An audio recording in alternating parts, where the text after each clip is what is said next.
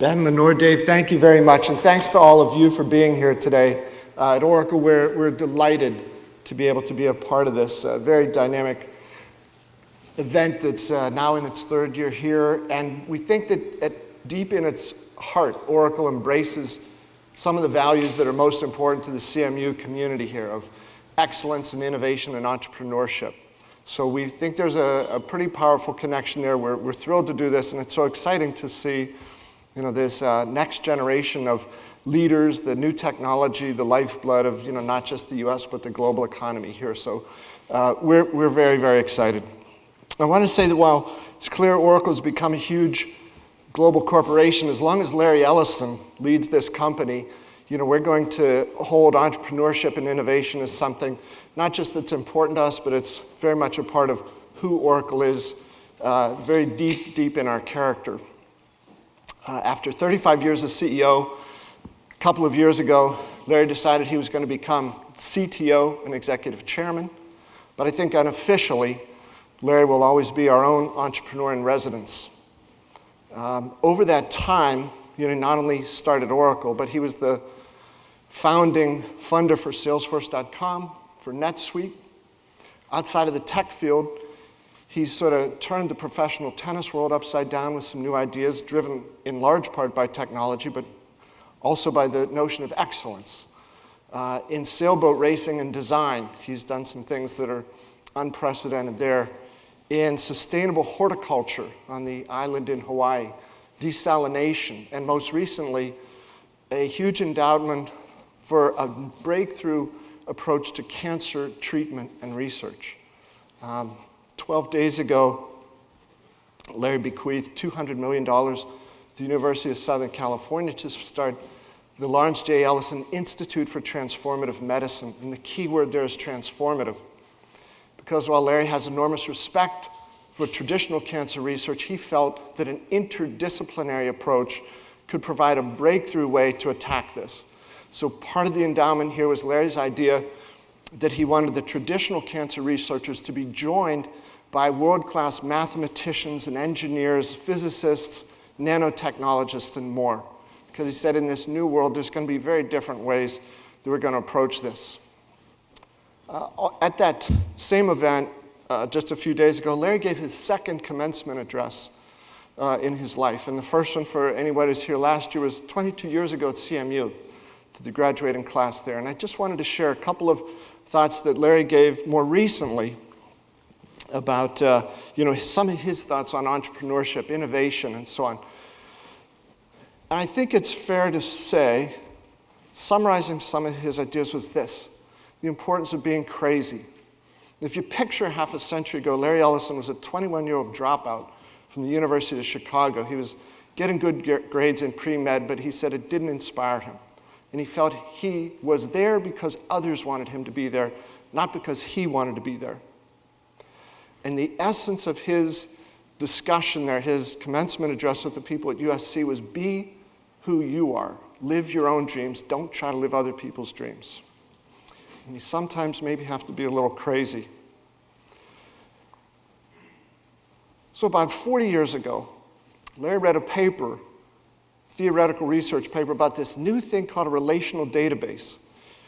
And the theoreticians and the conventional wisdom said it was going to be incredibly powerful, but also unbearably slow. Larry read about it a little more. He thought about his contrarian mind, worked on this, and he realized it's not the laws of physics that were saying it had to be terribly slow. It was conventional wisdom. So he got a few buddies together. They scraped together $2,500. They started a company called Software Development Labs, and they set out to create the very thing that conventional wisdom said was impossible, which was an incredibly fast relational database. And 40 years later, you see all around you the fruits of this effort on Larry's part and his three co-founders to do something that they believed was true. They defied the experts. They defied the conventional wisdom. And as he says here, and I don't like to use PowerPoint slides, so forgive me for this, but I think it's important for you to see the words as well as hear them. The experts were wrong. And he said, when that happens, people first say you're arrogant, and then they say you're crazy. So he told the USC graduates, don't fall back short of where your dreams are taking you. He said, even if some people start to call you crazy. He says, so remember this, graduates. When they start telling you you're crazy, it might be the biggest, most important innovation of your life, or you just might be crazy. Classic Larry Ellison approach. He quoted Mark Twain. Who are these experts anyway? Who are somebody else to tell us what can or cannot be done? And he talked about this constantly changing world, what you want to do, what's possible is a moving target. And he embraces that in everything that happens here in this company and all the things that Larry's doing outside of Oracle. But again, he comes here, don't let the experts limit your dreams. Don't get caught up in the status quo and conventional wisdom. And at the heart of that, I think what Larry was saying, being true to yourself, who you are, rather than who you should be, your dreams, not somebody else's. Let me take a quick second here to talk about a couple of Oracle's customers in wildly different businesses that are being turned upside down by innovative ideas, new technology, new approaches, new types of employees, new types of partners, new entrepreneurial spirit inside these companies in very different areas. Marriott, if you look at that thing on the left, I had to double check this about 5 times. How many people in this room use their phones to check in or out of hotels? I guess it'd be half of the people here. But what they found was that 86% of the people who do that find a significantly higher sense of value or connectedness to that brand, for something that some of us take for granted. Yet it was this entirely paradigm-changing opportunity there at Marriott. So they've realized more guests, they don't want to call the front desk if they could text. They would rather use new approaches, modern approaches, driven by what the guest wants rather than by what the hotel happens to have. And has anybody seen on YouTube their video, Two Bellmen? They created this video studio to help do more in social media. It has been viewed over 5 million times, and they bill it on there as an action comedy film. Now, what in the hell is a hotel doing making feature films about Two Bellmen? But it built the relationship between this hotel and a new generation of customers that they were never in touch with before. So new technology, new approaches, and an indomitable spirit of what's possible instead of what has come before has helped turn this hospitality company upside down. In-room Netflix, in-room virtual reality, right? Not what has been, what's coming. At GE, right, the industrial company trying to change from, a big company that made massive things and sold them all over the world to now they're combining that with digital and how they're changing the IT organization, engineering plus IT. The data that they can share with their customers, their locomotive customers or jet engine customers, the way they're turning waste into energy and a number of other things here.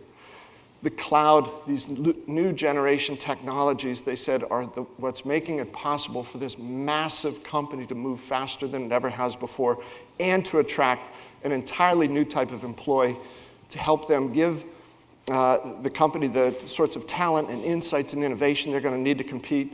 And if I could share with you as a 42-second video, you might have seen this, but I think this perfectly captures what so many of these fantastic young companies here today are doing. Could you roll that video, please? Surprise!